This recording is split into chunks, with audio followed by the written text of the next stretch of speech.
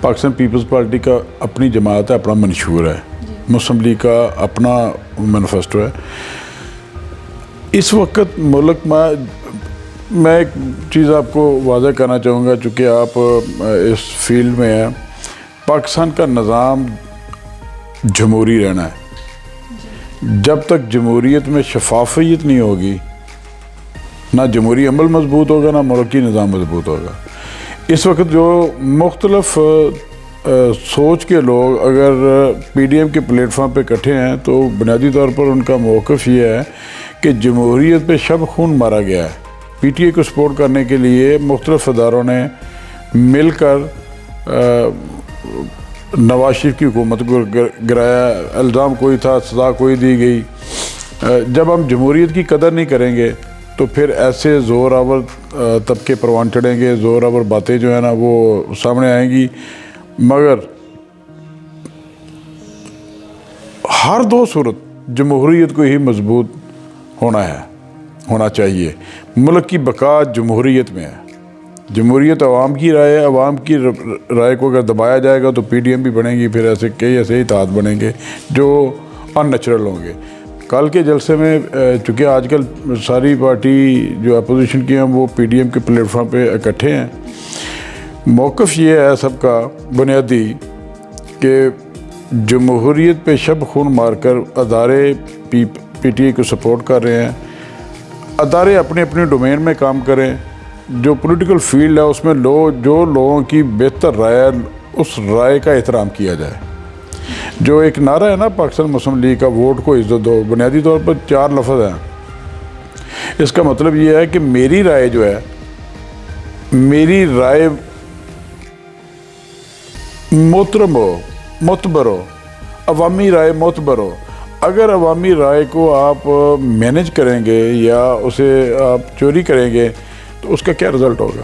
یہی ہوگا کہ 2.5 سال سے لوگ بھگت رہے ہیں. جو بندہ برسر اقتدار ہے وہ پولیٹیکل نہیں ہے, اس کا 2-2.5 سالہ جو ایٹیچیوڈ ہے وہ پولیٹیکل ثابت نہیں ہوا. مہنگائی بھی بڑھی, بد امنی بھی بڑھی, اداروں میں تنزلی بھی ہوئی. یہ ساری چیزیں سلیکٹڈ لفظ کے ساتھ منسوب ہیں.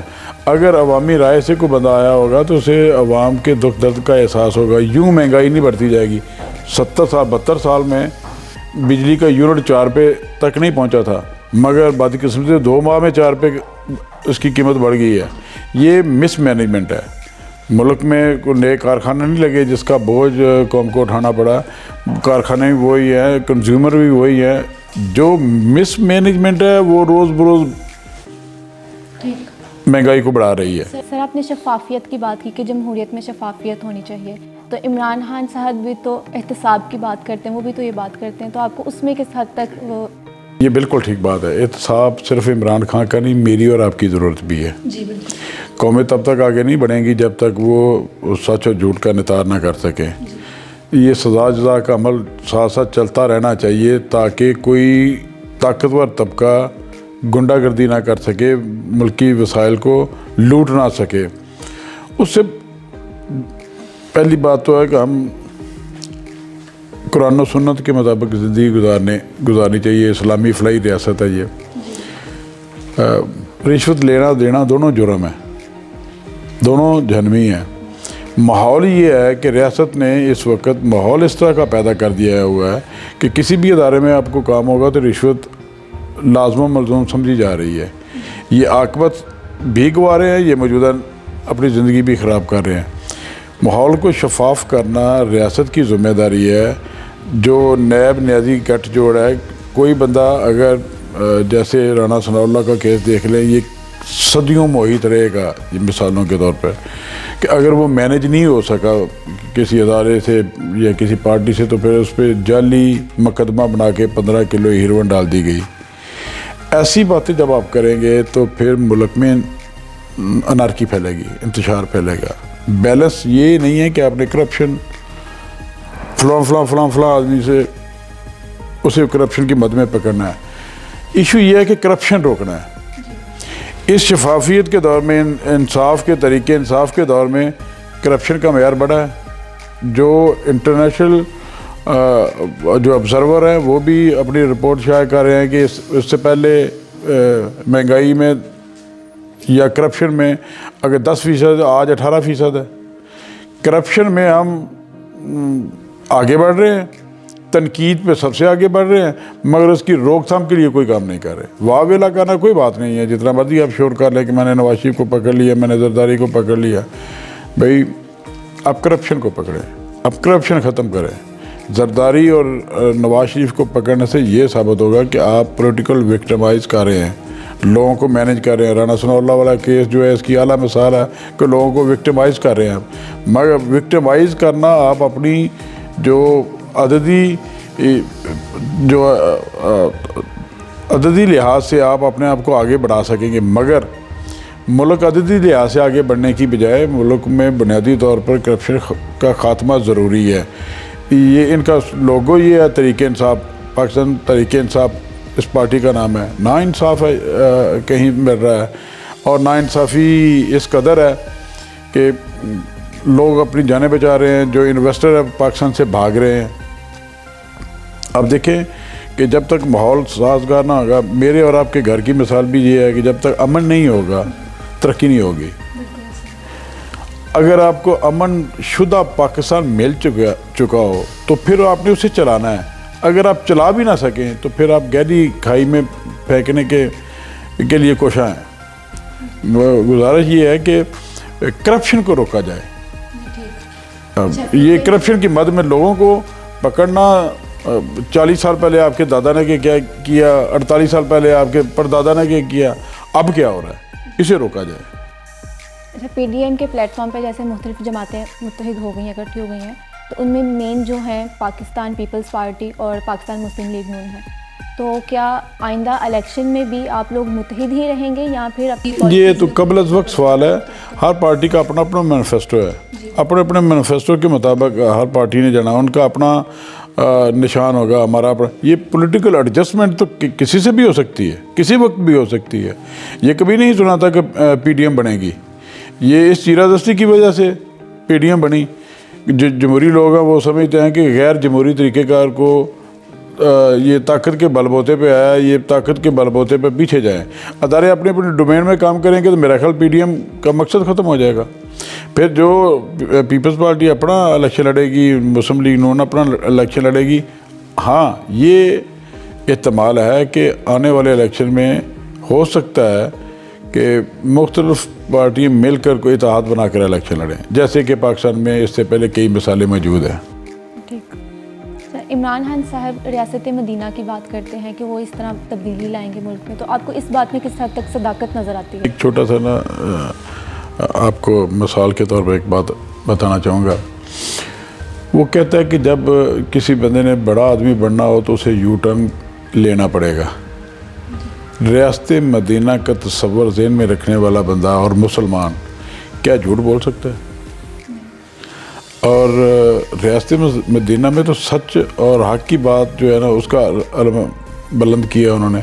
یہ یہیں سے اگر آپ کا اندازہ لگا لیں کہ جو اپنی ذاتی پروجیکشن کے لیے جھوٹ بول سکتا ہے وہ ریاست مدینہ کا صرف لفظ استعمال کر رہا ہے. ملک کا بنیادی حل, معاشرے کا بنیادی حل یہی ہے کہ ہم ریاست مدینہ کے معاملات کو فالو کریں, ان کے احکامات کو مانیں, صرف ہم لفظ استعمال نہ کریں. یہ حضرت عمران خان لفظ استعمال کر رہے ہیں. پھر نبی کریم صلی اللہ علیہ وسلم نے اپنی 300 سالہ زندگی میں کبھی جھوٹ نہیں بولا. ریاست مدینہ کا تصور ذہن میں رکھنے والا بندہ بات بات پہ یو ٹرن لے اور پھر اس کا اعتراف کرے کہ بڑا آدمی بننے کے لیے یو ٹرن لینا ضروری ہے. یہ دو چیزیں جو ہے نا وہ, یہ ایک تو غیر سیاسی آدمی ہے, دوسرا یہ اگر وہ کسی کونے خدرے میں ٹھیک بات کر رہا ہے تو یہ بہت بڑی منافقانہ بات ہے. موجودہ حالات کو دیکھتے ہوئے جیسے ہر کوئی مہنگائی کا رونا رو رہا ہے, تو آئندہ الیکشن میں اگر آپ کی پارٹی پاور میں آتی تو آپ نے کیا کچھ پلاننگز کی ہیں کہ آپ کس طرح سے تبدیلی لائیں گے, کس طرح سے حالات کو بہتر کریں گے؟ پہلی بات تو ہے کہ ہم لوگوں میں سرو کریں گے تو لوگ اسے پسند کریں گے. مہنگائی مصنوعی چیزیں ہیں, اگر آج آپ کی مینجمنٹ ٹھیک ہو تو یہ مہنگائی وغیرہ ختم ہو جاتی ہے. دوسری بات, مہنگائی ملک کا مسئلہ نہیں, بے شمار ملک کے مسائل ہیں. جس پر وقتاً فوقتاً دیکھیں ملک میں ناانصاف امن و امان نہیں ہوگا. جیسے آپ دیکھیں 2009 10 11 12 کے دور میں دیکھیں کتنے بام دھماکے ہوا کرتے تھے. دہشت گردی کا دورہ تھا. یہ چیزیں ٹھیک کرنا, بجلی کو ٹھیک کرنا, سیکورٹی ٹھیک کرنا, فائنانشیل مینجمنٹ ٹھیک کرنا, یہ ساری چیزیں معاشرے کی بہتری کے لیے ضروری ہیں. اور دوسری بات یہ ہے کہ مہنگائی تو بہت معمولی چیز ہے. آج اگر وزیر اعظم یا اس کی ٹیم ذمہ دارانہ رول ادا کرے, یہ ڈپٹی کمشنر کا کام ہے, یہ سٹاف کا کام ہے کہ ان چیزوں پہ دھیان دے. اگر آج مصنوعی قلت پیدا کی گئی گندم کی تو وہ نالائکی ہے. اگر چینی کی مصنوعی قیمت پیدا کی گئی تو وہ نالائکی ہے. نالائکی کا خمیازہ قوم بھگت رہی ہے. تو اس کا بنیادی وجہ کوئی نہیں ہے, صرف نالائکی کو سوار کیا ہوا ہے اور اس کی وجہ سے جو چیزیں ہیں وہ آگے بڑھ رہی ہیں, لوگ اس کا خمیازہ بھگت رہے ہیں. کووڈ-19 کی وجہ سے انڈیویجلسٹ کو جو مسائل کا سامنا ہے اس کو کیسے ٹھیک کیا جا سکتا ہے آپ کے خیال میں؟ بہتر مینجمنٹ ہی اس کا حل ہے. یہ خدا کی طرف سے آفت ہے. اللہ تعالیٰ اپنے رحم و کرم سے اس آفت سے نجات دے, اور اس کا کوئی حل نہیں ہے. لیکن گورنمنٹ بھی کہیں نظر نہیں آئی. کووڈ کے احتیاط کے لیے کوئی چیزیں لازم ہیں. دنیا میں جو لوگوں نے اس پہ احتیاط برتی, وہ احتیاط یہاں بھی برتی جانی چاہیے تھی. اگر فورسلی آپ کہیں ماسک پہنیں, اگر فورسلی آپ کہیں کہ آپ پبلک پلیسز پہ نہ جائیں اور لوگ پھر بھی جائیں, اسے روکنا بھی ضروری ہے, مگر لوگوں کو ایجوکیٹ کرنا بہت ضروری ہے. اگر آپ اس سے خوف زدہ ہی رہیں گے تو یہ خوف آپ کو بہت پیچھے دھکیل دے گا. یہ نسلیں تباہ کر دے گا خوف. معاشی طور پر لوگ اپنی روزی روٹی کا بندوبست خود کرتے ہیں, ریاست پہ نہیں رہتے, مگر جو روزی روٹی کے جو معاملات ہیں اگر وہ بھی بند ہو جائیں تو رہن سہن مشکل ہو جائے گا. پچھلے دنوں میں دیکھا ہے, پچھلے سال لوگ بڑے پریشان رہے ہیں. حکومت نے بھی خاصی مدد کی ہے, لیکن یہ سارے وسائل جھونک دیں تو پھر بھی آپ کسی کا کھانا پینا یا رہن سہن ٹھیک نہیں کر سکتے جب تک آپ ماحول ایسا پرووائڈ نہ کریں کہ وہ آزادانہ اپنی انکم, اپنی روزی روٹی کا بندوبست کر سکیں. اللہ تعالیٰ اس بیماری سے, کووڈ سے پوری دنیا کو نجات دے, خصوصاً پاکستان کو نجات دے. اچھا سر, ابھی دوسری دفعہ جب لاک ڈاؤن ہوا تو بہت سے لوگوں کا ایسا کہنا تھا, خاص طور پہ پاکستان مسلم لیگ نون کو سپورٹ کرنے والے, کہ یہ کرونا کی وجہ سے اب لاک ڈاؤن نہیں کیا گیا بلکہ یہ اپوزیشن جماعت کے جو جلسے ہو رہے ہیں اس کو روکنے کی کوشش کی گئی. بنیادی وجہ یہ تھی, سیکنڈ جو ہے اس کی بنیادی وجہ یہ تھی, عمران خان نے خود جلسے کیے ہیں. اس بریک پی ڈی ایم کے جلسوں کی جب ترتیب شروع ہوئی تو اس سے پہلے عمران خان نے خود جلسے کیے ہیں کے پی کے میں. وہ کسی ٹنل کا افتتاح کرنے کے لیے گئے تھے اور پبلک پلیس پہ انہوں نے اسپیچز کی تھیں. پھر وہ اس کا گلگت بلتستان کے الیکشن سے پہلے جا کے وہاں وہ پبلک پلیس پہ ایڈریس کرتے رہے ہیں. یہ پرائم منسٹر کے لیے تو کووڈ کی کوئی شرط نہیں تھی, لیکن جو پی ڈی ایم کے جلسے تھے اس میں کووڈ کے کئی پرچے درج ہوئے کہ آپ نے ماسک نہیں پہنا, آپ کراؤڈ میں کیوں گئے, فلاں جگہ پہ کیوں گئے. آپ کو لگتا ہے کہ ان حالات میں پی ڈی ایم کے جلسے ہونے چاہیے؟ دیکھیں بالکل ہونے چاہیے. اگر پاکستان کو بچانا ہے, پاکستان کو اس چیرہدستی سے بچانا ہے تو اس کے لیے جدوجہد کرنی ہے. آپ دیکھیں یہ جلسے ہوئے, ایک سیریل میں جلسے ہوئے 4 5 6 ماہ مسلسل, اس میں کہیں کووڈ نہیں پھیلا. کووڈ کی احتیاط ضروری ہے. وہ اگر کوئی ماسک پہن کے آتا ہے, پبلک پلیس پہ جاتا ہے تو ویل اینڈ گڈ, پھر تو کوئی ایسی بات نہیں ہے. آپ کے جو جلسے ہوتے ہیں اس میں کیسے چیز کا دھیان رکھا جاتا ہے کہ ماحول یہ یہاں ماحول ہی نہیں ہے ایسا, بات قسم سے یہ ماحول ایسا پیدا ہونا ہی چاہیے. ٹھیک, okay sir, thank you so much once again. جی بیٹا بہت شکریہ, بڑی مہربانی.